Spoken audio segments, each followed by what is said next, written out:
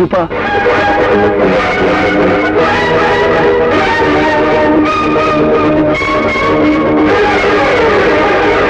কি হলো জীবন সাহেব? হ্যাঁ, না কিছু না, আমি বিকেলেই বলবো। আচ্ছা, আসি। ইউরেকা, ইউরেকা জীবন! আমি পেয়ে গেছি, আমি পেয়ে গেছি। আরে কি করছিস? কি পেয়ে গেছিস বলবি তো? আরে ওই যে ফুলারি মেয়েটি তোকে ফুল দিয়ে গেল। হ্যাঁ, আর ওই মেয়েটি আমার মাথা খারাপ করে দিয়েছে। আমি ওকে জীবন সাথী করে নিতে চাই।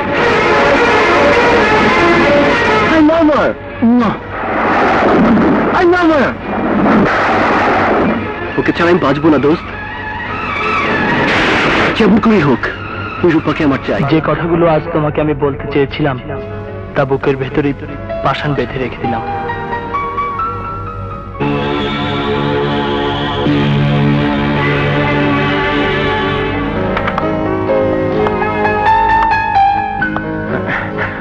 মামুনি, আপনি কার জন্য অপেক্ষা করছেন? জীবন সাহেবের আসার কথা ছিল কাকা। জীবন সাহেবের আসার কথা ছিল? ওদিকে নয়ন সাহেব আসছে। হ্যাঁ রঞ্জন কাকা, জীবন সাহেব নিশ্চয়ই আসবেন। ঠিক আছে। কই ওই ওই ওই ওই ওই কই কই দেখা ভাই, কুইক কুইক, এটা আবার কেমন কথা? যেতে ইংরেজি বুঝিস না? বুঝলে তো জিগাইতাম না। তাড়াতাড়ি টেবিলে খাওয়ান রাখ, চৌধুরী সাহেবের 2 পোলা আইছে, সময় মতো খাওয়া না পেলে তোরে খাইছে।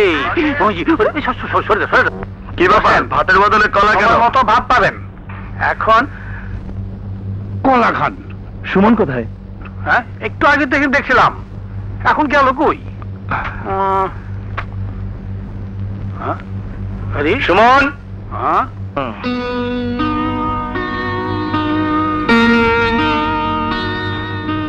এই যে ছোট সাহেব, এখানে বসে কি ভাবছেন?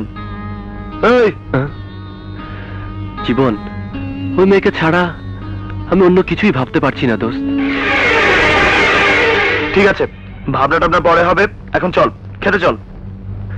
না দোস্ত, খাওয়া দাওয়ার প্রতি আমার কোনো আকর্ষণ নেই। ওই মেয়েটি আমার সব কেড়ে নিয়েছে। আমি ওর প্রেমে পড়েছি। I am in love with her. বল জীবন, এখন আমি কি করব? আমাকে তুই কথা দে, যিনি তোকে সন্তানের মতো বুকে টেনে নিয়েছেন, সেই মাকে তুই কোনোদিন অমর্যাদা করবি না। জীবন ভাই আমার, ওই মেয়েটিকে ছাড়া আমি বাঁচবো না। ভাবিস না, আমি প্রমিস করছি সব সমাধান করে দেব। সম্ভব হলে আজই ওই মেয়েটিকে তোর ভালোবাসার কথা বলবো, ঠিক আছে? এখন চল, বড্ড খিদে লেগেছে। চল।